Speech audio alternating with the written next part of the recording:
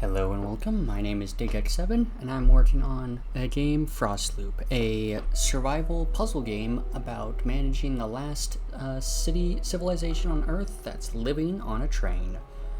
This is Devlog 4 of my process and I am kind of stumped a little bit. My game needs content. I figured out most of the systems, I figured out most of the art style. Now I need to start adding the actual steps the player will be taking as they progress through the game.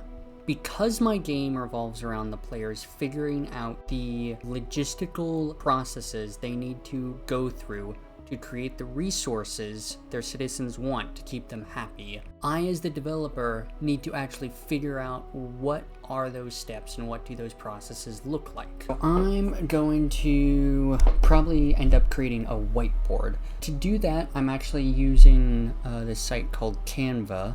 Typically this site is more around easily creating like graphic design stuff for marketing and whatnot, but they also happen to have this whiteboard feature, which is, as far as I can tell, completely free to use, and you can make kind of as many as you want. You can even save the links to the whiteboard. So I have like various basically saved links from past whiteboards I worked on, just to kind of just brainstorm and document out this process. I've used this tool a bunch. This is not paid sponsorship. This is literally just a tool I use. I'm gonna use this tool to start brainstorming some resource ideas, figure out the chains, and maybe start laying them out, and I'll get back to you when I'm done with that. Let's go! So as I was working on this, I was trying to figure out ways to make interesting challenges with the resources and the resource processes that I wanted the user to figure out. And one way I'm thinking about doing that is both either having resources have multiple uses and giving multiple ways to get various resources. So I tried to think about basically ways that the user would have to, for example, maybe originally need like 3 or 5 steps to get one resource, but then later on that could only take 1 step as they unlock certain things. But more importantly, how could I make that interesting by giving the users various challenges to either overcome or solve in unlocking those resources. I also had to spend a lot of time, especially kind of researching and looking up what were the possible uses for some of the resources. I ended up actually having to ask my roommate for some questions. My roommate is an engineer, actually, working on rocket science stuff, and gave me a lot of good technical uses, especially for the level 2 stuff. A lot of the resource processes within level 1 I could kind of guess. I'm wanting to eventually have the player have essentially kind of 3 stages of kind of resource or logistical problems that they need to overcome. The first one being focused on kind of getting their basically food, water, and kind of like basic shelter stuff in place. Level 2 being gases and like electronics, maybe some medicine, and level 3 being nuclear. But I had to basically ask my roommate and do some research on like, hey, especially on some of the more like technical resources, or like when it comes to like gas, oil, and like plastic, like what are some of the actual like steps that would make sense in at least a way, or at least be plausible enough that I wouldn't have tons of comments online of people immediately making fun of how certain resource processes make no sense. And that's kind of what was going through my mind as I was working on it. And there you have it. This is my progress so far on the logistics for the game. At the highest level, I decided to split it into 3 levels that I want the players to progress through. Level 1 being the basics, where they ideally should be figuring out, hey, how do I get food, water, shelter, some of the basic resources. Level 2, I want them to be figuring out like gas, electronics, potentially medicine, and a couple other like various technical things. Level 3 being nuclear energy. I feel pretty solid on the processes for level 1. Level 2 is still kind of up in the air, and level 3 I really haven't put as much thought into. My thinking, though, is at least for now, I want to focus on implementing level 1 to at least make sure that this process all works. At this point, I think my main next thing to work on is literally implementing the content for all of these resources.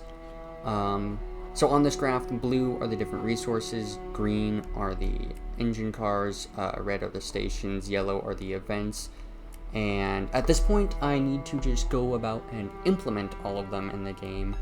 And that will require basically unique art assets for each and every one of them, as well as some very, very slight coding or just implementation. Luckily, a lot of the code is actually in the game, so this will be easy-ish. But with that, let's get started implementing those. First thing I started working on was the resources. Particularly for art-wise, I needed the resource icons. And making those, I've been using this tool called Inkscape. It allows you to create vector art, which is different than rasterized art, which has pixels and doesn't look too well if you scale it up a bunch. Thankfully, vector art looks well at both large scale and small scale. One of the main challenges with making all these icons is, in particular with the volume, making all of them stand out and not look too similar to one another. Next, I began working on the art for the train cars. For these, I followed the same process I had for the other train cars I had already made, and thankfully had template files in Krita, the art program I'm using, that I could duplicate and create. This also meant I had a similar art style that I was trying to hit while coming up with all the different designs for the trains themselves. In total, there was 36 trains in the game so far, 10 of which I had previously made the art for, meaning I had another 26 art assets that I had to grind through to produce this. In the process of making these, I've really seen the amount of workload that exists in the different departments for larger game studios. In particular, divisions between like art workload and the coding workload, sound and audio. And the fact of juggling those not only different workloads, but the different kind of mindsets behind them, especially as a solo dev, has been interesting to tackle. I have found that for me, I almost need a different work setup depending on what I'm working on. Whenever I'm working on code, I find that it works best for me to have music on in the background. Typically EDM type of music. I've got a few different Spotify playlists I will use. For art, that absolutely does not work for me, and I find that if I try to use that, my work comes to a screeching halt. I've found that when I'm working on art, I need to have either some kind of podcast or show or YouTube on in the background, and that can help me power through the process. Especially coming from a programmer or coding first mindset, wrapping my head around this mental shift you have to do between tasks has been interesting to work through, and it's definitely something I still have thoughts on. Regardless, over the course of a few weeks, I've managed to crank out the art needed for both the resource icons and the trains. Last thing left to do is to implement them. But that is going to have to be part of my next devlog. Thanks so much for watching. Don't forget to like and subscribe, and have a wonderful day.